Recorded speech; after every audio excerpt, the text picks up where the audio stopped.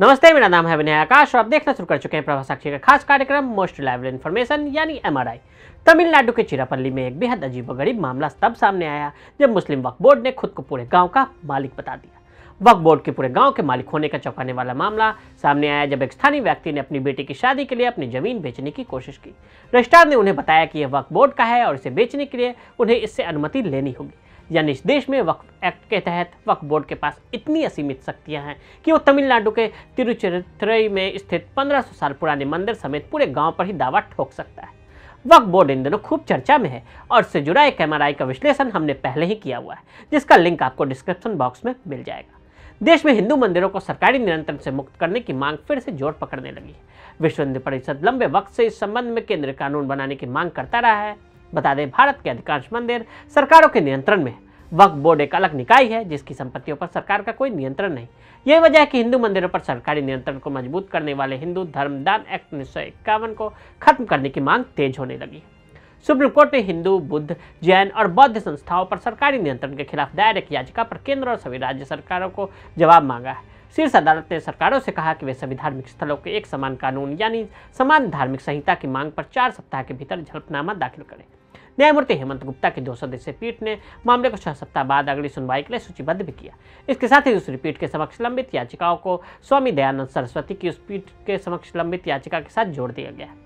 आपको बता दें कि इसी मुद्दे पर अधिवक्ता अश्वनी उपाध्याय और ने की याचिका मुख्य न्यायाधीश यू ललित की अध्यक्षता वाली पीठ के सामने लंबित है। बता दें कि दायर याचिका में मांग की गई है कि जैसे मुसलमानों और ईसाइयों द्वारा अपने धार्मिक स्थलों, प्रार्थना स्थलों का प्रबंधन बिना सरकारी दखल के किया जाता है, वैसे ही हिंदू, जैन, बौद्ध, सिखों को भी अपने धार्मिक संस्थानों के प्रबंधन और प्रशासन का अधिकार होना चाहिए।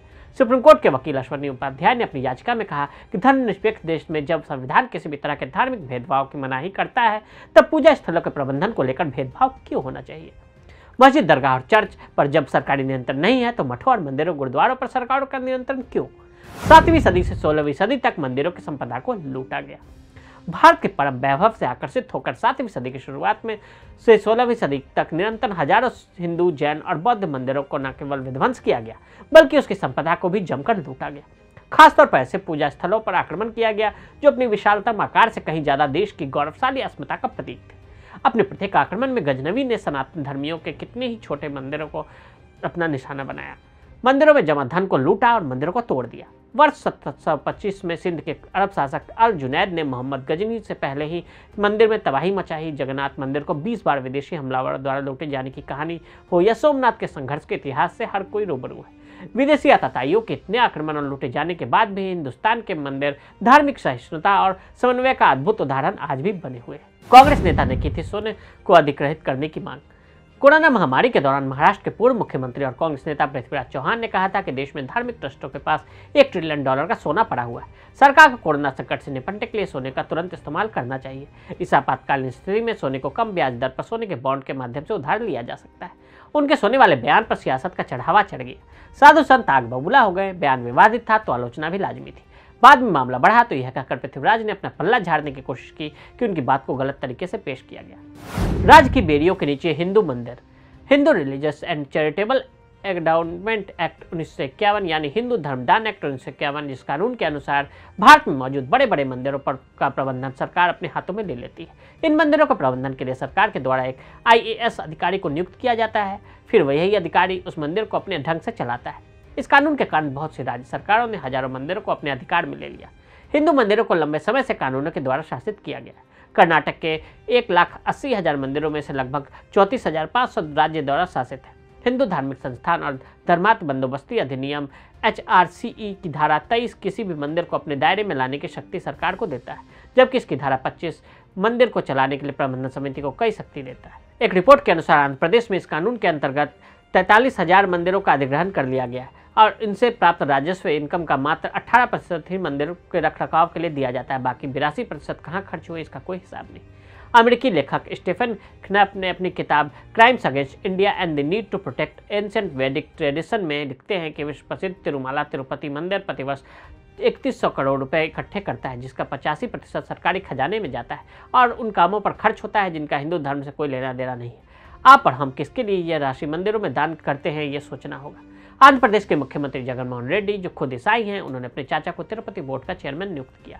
मंदिरों में सरकारी दखल के बीज उपनिवेशिक काल में ही पड़ गए थे। आपने चर्चों की तरफ से कई मिशनरी स्कूल के संचालन को देखा होगा, लेकिन क्या आपने किसी मंदिर की तरफ से स्कूल चलाए जाते देखा है?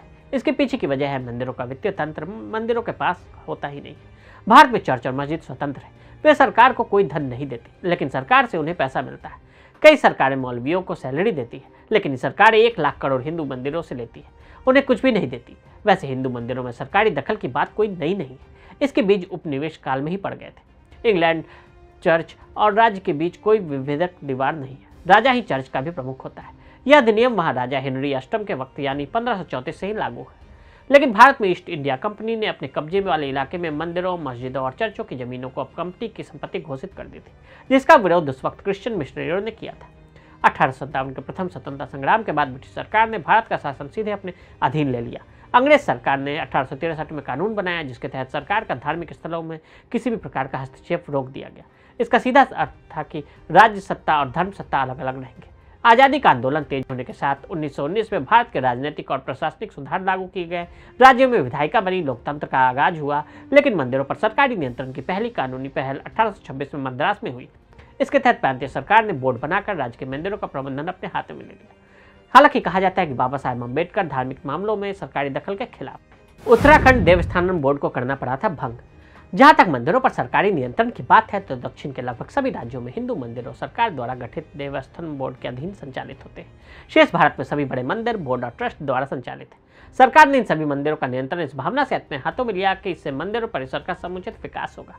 उत्तराखंड विधानसभा द्वारा चारों धाम और अन्य महत्वपूर्ण मंदिरों के संचालन के लिए एक विधेयक विधानसभा में पास किया गया, जिसका नाम 4 धाम देवस्थानम प्रबंधन बोर्ड।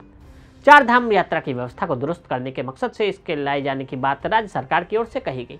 24 फरवरी 2020 को देवस्थानम बोर्ड के सीईओ की नियुक्ति कर राज्य सरकार ने सभी प्रमुख मंदिरों का पूरा कंट्रोल अपने हाथों में ले लिया।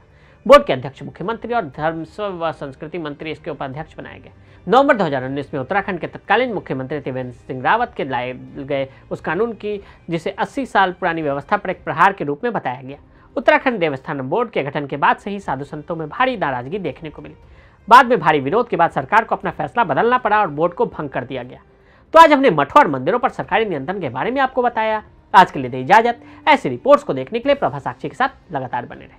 वीडियो को देखने के लिए फेसबुक और ट्विटर पर फॉलो करें, यूट्यूब पर प्रभा साक्षी को सब्सक्राइब करें।